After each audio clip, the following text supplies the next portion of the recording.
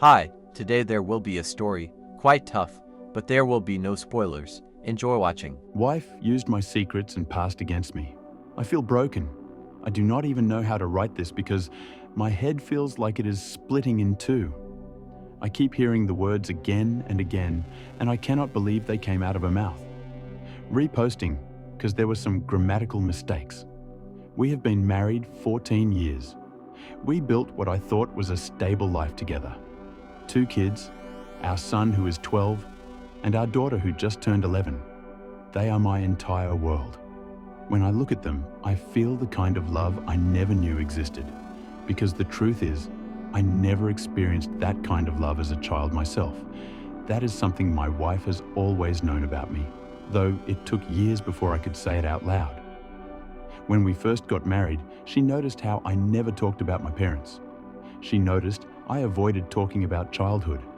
She would tell me her stories, warm holiday memories, her parents decorating the house, sibling arguments that turned funny later. I would just nod and smile. She told me she wanted to understand me better, to really know me. Over the years, she kept pressing until one day she begged me to open up. So I did. 7 years ago, I finally told her everything. This opening immediately establishes betrayal, not conflict. 14 years of marriage, children, stability, and yet everything feels fragile in retrospect. What stands out is how long it took him to speak about his childhood. That tells you this wasn't casual trauma, it was something he learned to survive by silence. She didn't just listen, she asked. She pushed him to open up. That matters. When someone invites vulnerability and later weaponizes it, that isn't a mistake. That's a breach of trust at the deepest level. There's a quiet sadness here that feels heavier than anger. He talks about love for his kids in contrast to his own childhood, and that contrast explains everything about who he became. This isn't someone stuck in the past. This is someone who worked hard to move beyond it. What makes it painful is how careful he was. Years of avoidance, years of protection, and once he finally spoke, it felt safe. That safety is what later gets destroyed. I told her I was never meant to be here. I was the 4th child after 3 siblings, a failed contraception baby. An accident, that is the word my parents used. They reminded me constantly that they did not want me. It was not subtle, it was not hidden. It was spoken outright. I told her about the amusement park when I was 9, the day they tried to get rid of me. They left me behind on purpose. I knew it even at that age. They thought I would panic, wander off, disappear. What they did not expect was that I had already memorized the road home.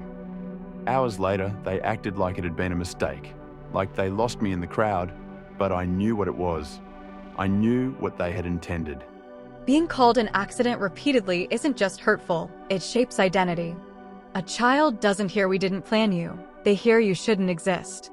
That belief sinks deep and stays there.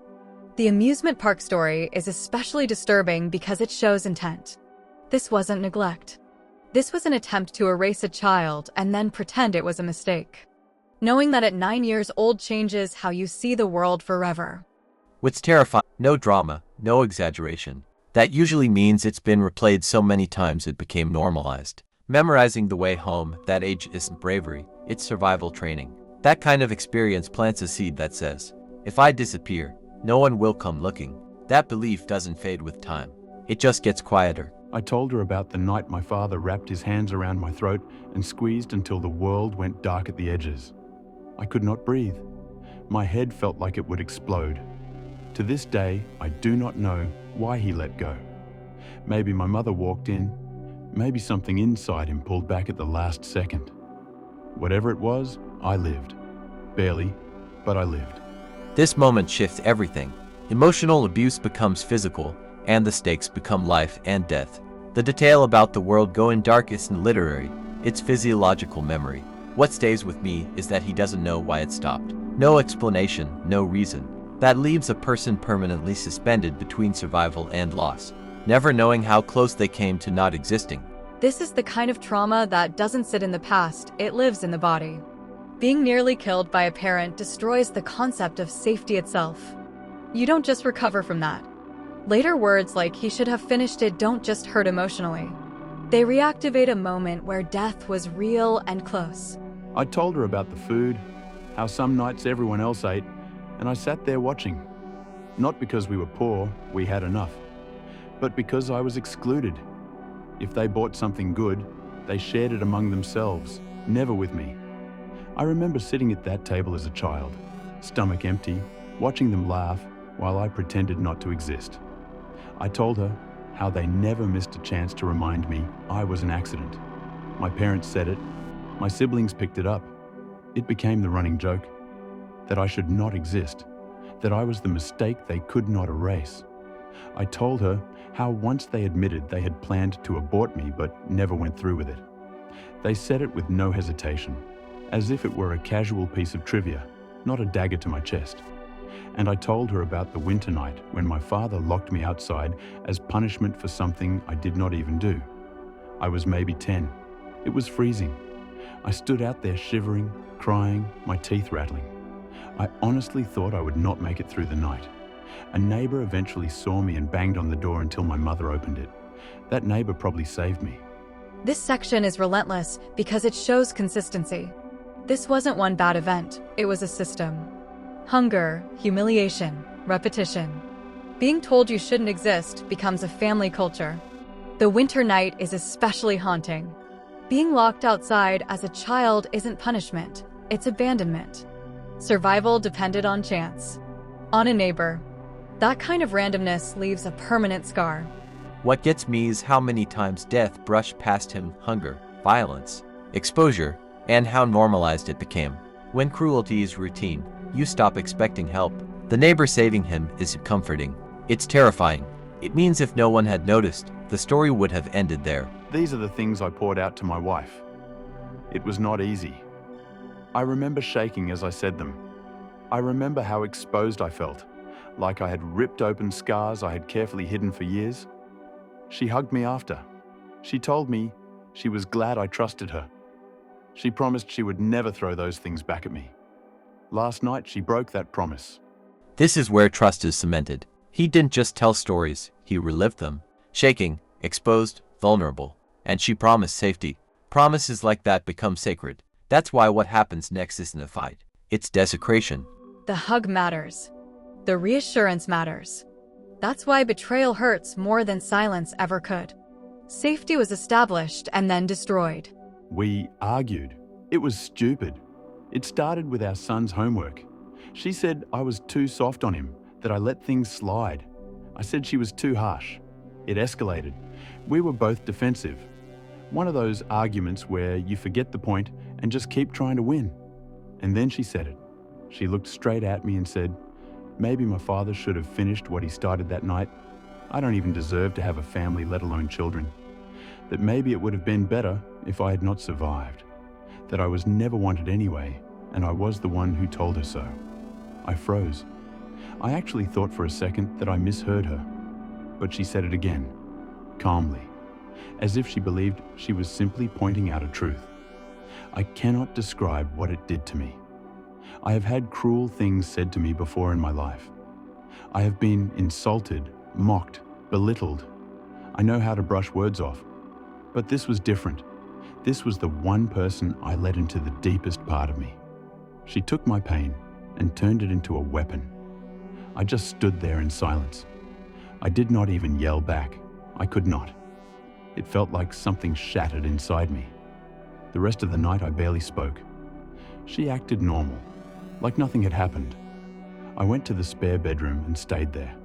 I lay awake the entire night, hearing her words over and over, blending with my parents' voices from years ago. Their cruel jokes, their reminders that I was unwanted, all coming back with her voice layered on top. I thought about the rage I carried as a teenager, how I used to wish my mother would die painfully. I thought those feelings were buried deep, but last night she dug them up and threw them right back at me. I cannot move past it. No, this isn't something you say in anger. This is surgical cruelty. She went straight for the deepest wound and pressed until it bled. Saying his father should have finished it isn't an insult. It's an endorsement of murder. And the calmness. That's what destroys me. Not screaming. Not losing control. Just deciding that his existence was a mistake, that's unforgivable. Full stop. What's chilling is how she acted normal afterward. That disconnect suggests this wasn't accidental. It was deliberate and once said it couldn't be taken back. His silence isn't weakness. It's shock. Something fundamental cracked. This morning she was cheerful, as if none of it had happened. I could barely look at her. All I could think was that something inside me had broken. I do not know if it can ever be repaired. Now I'm sitting here thinking about divorce, or at least separation. I do not even know how to start. I do not know what lawyer to call. I do not know how to explain to the kids why their parents are breaking apart. Part of me wonders if I am overreacting, if this is just a fight gone too far. But I know myself. I know I am not overreacting, because I cannot imagine ever forgetting what she said. Usually, I move on, from almost anything. I swallow pain, bury it, keep going. But this is not something I can just swallow. This is different. She went to the deepest wound I have and drove the knife in. I need to say this clearly. I need validation. I need someone to tell me I am not crazy for feeling this broken. I need condolences because I feel like I am spiraling, replaying her words in my head. I thought my past was behind me. I thought I had buried it and moved on. Last night showed me I was wrong. It is not buried. It is alive, and it can be used against me by the very person I trusted most. And I do not know how I could ever forgive that. This ending isn't about divorce, it's about survival. He knows himself well enough to understand when something can't be swallowed anymore. Forgiveness requires remorse. Sometimes a single sentence undoes years of love, not because it was loud, but because it was true in intent. I can't stop thinking about how deep this hit. It's like every word cut right to the core. I mean, the way he described his past, everything he endured, it's unimaginable. And then to hear that someone he trusted the most, someone who promised to never use his pain against him, actually did that, it's gut-wrenching. I keep replaying it in my head and trying to understand, but it's brutal. It really makes me question how people can be so cruel to someone who's already been through so much. I know it's haunting, really haunting. But at the same time, it shows how incredibly resilient he is. Despite all of that, he's still trying to keep moving forward, to hold on to the pieces of himself that weren't broken. The way he opened up about all of it, even when it must have been terrifying to relive, it's brave beyond words. You can see the layers of trauma, but also the strength that's quietly carrying him through. It's heartbreaking and inspiring at the same time. Yeah, but what she said, damn. That was unforgivable. To take someone's deepest, most vulnerable wounds and use them as a weapon. It's not something you just get over. I can't imagine hearing that from someone who was supposed to love you, to protect you. The violation of trust alone is staggering. And the fact that he even stayed and tried to process it calmly, I would have lost it completely. It really makes me angry, but also sad in a way that leaves you hollow inside. Exactly. It's devastating, absolutely devastating. But at the same time, it reminds us how crucial it is to protect our mental space, to know where our boundaries are and who we allow into that sacred inner circle. His story is a painful lesson about trust, betrayal, and survival. And even though it's horrifying, there's also a message about perseverance, about refusing to let someone else's cruelty define you. That's something we should all take to heart. Okay, Alicia, today was also a difficult, sad, and personally enraging story. I suggest we end it. And you, those viewers watching, always draw your own conclusions. Until next time.